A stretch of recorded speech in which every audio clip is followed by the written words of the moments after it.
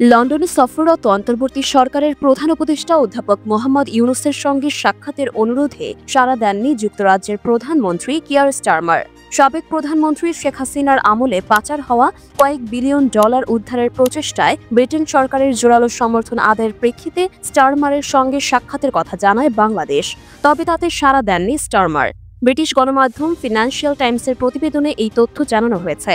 গণমাধ্যমটির দেওয়া সাক্ষাৎকারে ড ইউনূস বলেছেন, বাংলাদেশ থেকে পাচার হওয়া বিপুল পরিমাণ অর্থ উদ্ধারে সহযোগিতা করা ব্রিটেনের নৈতিক দায়িত্ব, কেননা পাচার হওয়া ওই অর্থের বেশিরভাগই ব্রিটেনে রয়েছে।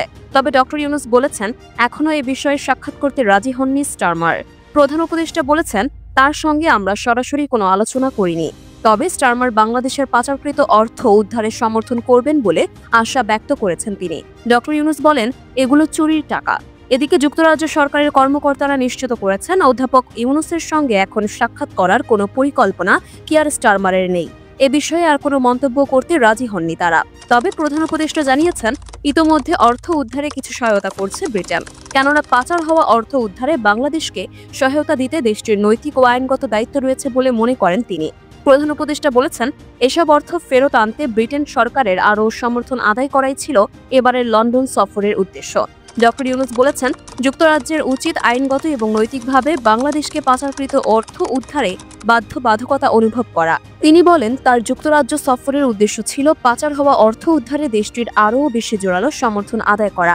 গত বছরের আগস্টে বাংলাদেশের ছাত্র জনতার অভ্যুত্থানে শেখ হাসিনার সরকার ক্ষমতাচ্যুত হওয়ার পর অন্তর্বর্তী সরকারের প্রধান হিসেবে দায়িত্ব নেন নোবেল পুরস্কার জয়ী অধ্যাপক মোহাম্মদ ইউনূস।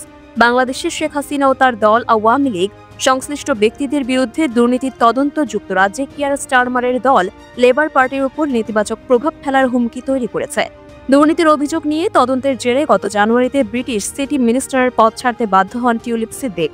স্টারমারের ঘনিষ্ঠ মিত্র হিসেবে পরিচিত টিউলিপের বিরুদ্ধে আওয়ামী লীগ সংশ্লিষ্ট ব্যক্তিদের কাছ থেকে সম্পদ নেওয়ার অভিযোগ উঠেছিল। তার বিরুদ্ধে আওয়ামী লীগের সঙ্গে সম্পর্কিত ব্যক্তিত্বদের কাছ থেকে সম্পত্তি সহ বিভিন্ন ধরনের সহায়তা পাওয়ার অভিযোগ রয়েছে। তবে টিউলিপ সব ধরনের অভিযোগ অস্বীকার করলেও সিটি মিনিস্টারের পদ থেকে সরে দাঁড়ান।